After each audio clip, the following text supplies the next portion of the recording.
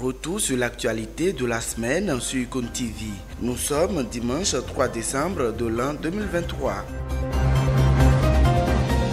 Le reprofilage des voies est lancé à Indiazoun dans la commune de Boycon lundi 27 novembre 2023. Cette opération qui couvre 9 arrondissements de la ville Carrefour vise à rendre aux usagers une mobilité aisée en corrigeant l'état de dégradation provoqué par la saison pluvieuse.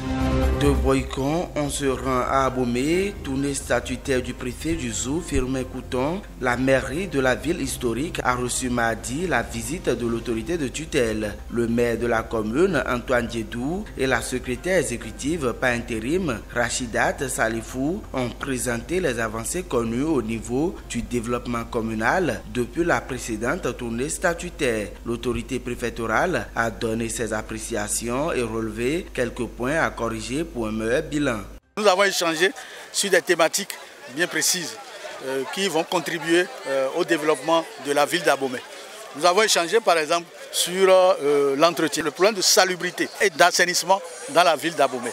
Nous avons échangé sur la mobilisation des ressources, parce que qui dit des infrastructures à réaliser, des écoles à construire, des centres de santé à construire, des pistes à réaménager, c'est une question d'argent. Et pour avoir cet argent-là, il faut mobiliser les ressources. Donc nous avons discuté de ça. Nous avons échangé également sur les projets du gouvernement qui sont en cours dans la commune. Tournée statutaire toujours, l'autorité préfectorale s'est rendue jeudi avec son équipe dans la commune de Kovet. Plusieurs sujets sont abordés. Le fonctionnement des organes communaux, la collaboration entre l'organe technique et l'organe politique, les problèmes de lotissement, la transhumance sont entre autres les menus des échanges. Nous avons le point des différents investissements de l'État dans la commune et nous avons soulevé certaines préoccupations des populations de Kovet à l'autorité de tutelle, notamment les questions de la transhumance et plus précisément la lecture, la compréhension que nous devons avoir du décret 303 du 7 juillet 2023 relatif à l'organisation de la veille pastorale. Je pense qu'en la matière, l'autorité a été claire et a donné le contenu qu'il faut et la compréhension que nous devons avoir. Ce qui a plus fait objet d'attention et même de polémique, c'est la transhumance. Comme vous le savez, la transhumance transfrontalière au Bénin est interdite. La transhumance nationale vient d'être interdite aussi. Et donc, si un éleveur doit quitter une commune ou une autre, il y a un accord qui doit être signé entre les deux autorités communales approuvé par le préfet avant qu'il n'arrive. Mais avant que moi je n'approuve un tel contrat, je vais m'assurer de ce que la commune a pris toutes les dispositions pour que quand ces troupeaux de bœufs viendraient, ils puissent être dans un enclos, ils puissent être parqués dans un enclos pour qu'ils ne soient pas en promenade. Parce que nous sommes en train de travailler pour la sédentarisation des troupeaux ruminants. On reste toujours à Kovet où l'association Mariwendo a rendu jeudi un hommage spécial à l'artiste Gbema Omene. À la place Mariwendo de la commune, les enfants Marie ont rejoint le président Jean Gounongwe pour ce devoir de mémoire. Pour la circonstance, des passages d'artistes modernes et traditionnels avec des chansons polyphoniques à l'honneur de l'icône philosophe de l'ère culturelle Marie. Des différents discours et compositions, le départ de la star est une perte énorme pour les maris et pour tout le pays. Au niveau national, le renforcement de la sécurité était au cœur d'une séance de travail entre le président Patrice Talon et les responsables de la direction générale de la police républicaine, les commissaires du Grand Nokoué ainsi que les préfets des départements de l'Atlantique, de l'Ouémé et du littoral. J'ai voulu faire cette rencontre pour vous parler de la façon dont vos responsabilités actuelles seront vues par le gouvernement et la hiérarchie policière à partir de maintenant, à notifier le chef d'État avant d'exprimer la nécessité d'élargir le champ d'intervention des agents de la police. Ceci à travers des réformes qui permettront à ces derniers de mener efficacement leur mission. Un comité restreint composé de commissaires de police, de préfets et de DDPR devra être instauré pour veiller aux réformes.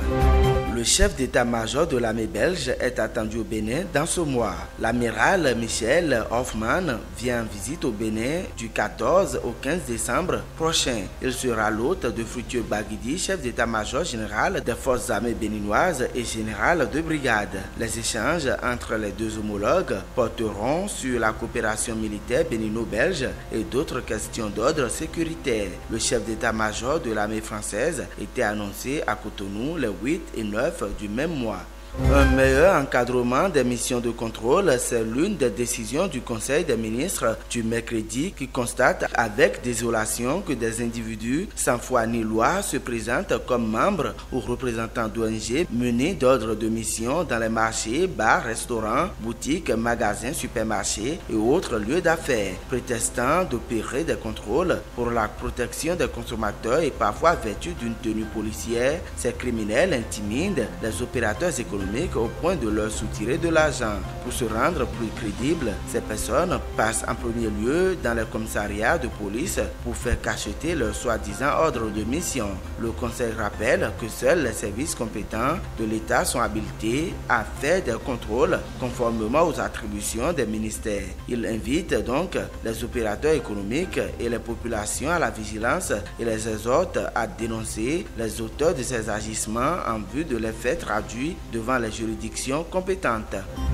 Plus de consultation du TOFA sous sa forme actuelle à partir de 2024. Le professeur David Kofi Aza l'a annoncé dimanche 26 novembre. Le consultant culturel et prêtre du phare explique que la réforme de cette tradition annuelle est le fruit d'une démarche du gouvernement et des dignitaires des cultes endogènes visant à redonner aux Béninois le sens de cette consultation. Cette première édition nouveau format sera sous le patronage du gouvernement de mon pays, le Bénin. C'est pour cela que j'invite tous mes compères, tous mes collègues à savoir et à comprendre que la version officielle et nationale du Bénin Tofa aura lieu le 10 janvier 2024, affirme le professeur Aza. Faut-il le rappeler, l'oracle annuel a servi de bouc émissaire à la plupart des drames qui se sont produits au Bénin cette année.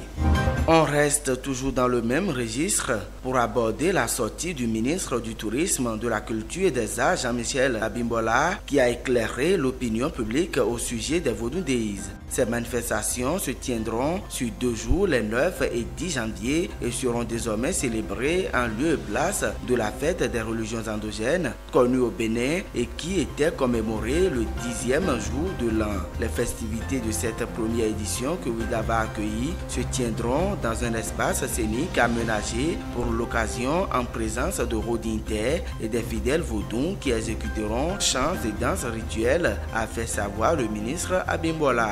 Nous avons choisi Ouida parce que Ouida est connue pour son statut de ville symbole, ville de réhabilitation de la mémoire des afrodescendants et un instrument de la promotion de la destination Bénin, s'est-il justifié. Une note sportive dans cette édition, l'équipe masculine des moins de 15 ans, collège d'enseignement général Saint-Rita, a remporté le tournoi qualificatif UFOAB Lomé 2023. Ils se sont imposés en finale devant la Côte d'Ivoire sur un score de 2-0, qualifiant ainsi le Bénin pour la 2e édition de Coupe d'Afrique scolaire qui se jouera au mois d'avril 2024 au Zimbabwe. Quant aux filles, elles ont fini 3e en battant au match de classement l'équipe féminine de la Côte d'Ivoire par 1-0. Comme récompense, les garçons repartent avec la médaille d'or, trophée du tournoi, les distinctions de meilleur joueur, meilleur buteur et meilleur gardien et enfin une enveloppe de $100,000. Les filles reviennent à Cotonou avec la médaille de bronze et une enveloppe de $50,000. Le ministre des Sports, Benoît Dato, a félicité les deux équipes et a rassuré de la poursuite des compétitions scolaires pour la détection de nouveaux talents. Divers, une affaire de surfacturation de plusieurs millions de francs à la Poste SA du Bénin fait emprisonner des hauts responsables. Le directeur de l'administration et des finances de la Poste SA, Eudi Orens Kodia, laisse responsable des marchés publics Pierre MP, Raoufou Dango et le patron de la société Odere Bénin Commerce et Fils sont impliqués dans l'affaire. 2 des 3 accusés sont sous mandat de dépôt sous ordre des juges de la Chambre de résolution des infractions économiques économiques et financières. Les mises en cause vont comparaître devant la Criette le 7 décembre prochain. Pour abus sexuels sur mineurs, 2 hommes écopent de 10 ans de prison. C'est un jugement rendu par la Cour de répression des infractions économiques et du terrorisme dans le cadre de ses audiences foraines à Parakou démarré lundi. Le premier coupable tenait de façon fréquente des relations sexuelles avec sa victime, une fillette déscolarisée de 13 ans. Il a été interpellé dans la commune de Tchaourou en août dernier. Le juge en charge de l'affaire l'a condamné à 10 ans de prison ferme et une amende de 1 million de francs CFA. Même peine pour le second qui devra s'acquitter d'une amende de 1 million de francs CFA. Le mis en cause a abusé sexuellement d'une écolière de 8 ans qu'il a attirée à l'aide d'une pièce de 50 francs.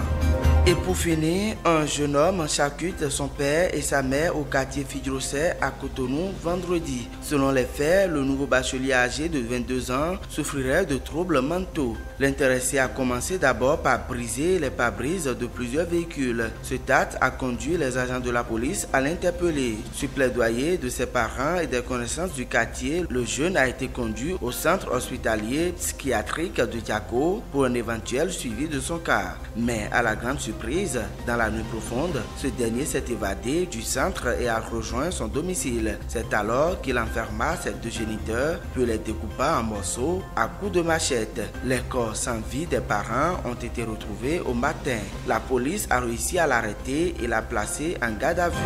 Ainsi se referme le compile de ce dimanche. Madame, Monsieur, merci de nous avoir suivis et agréable journée dominicale à toutes et à tous.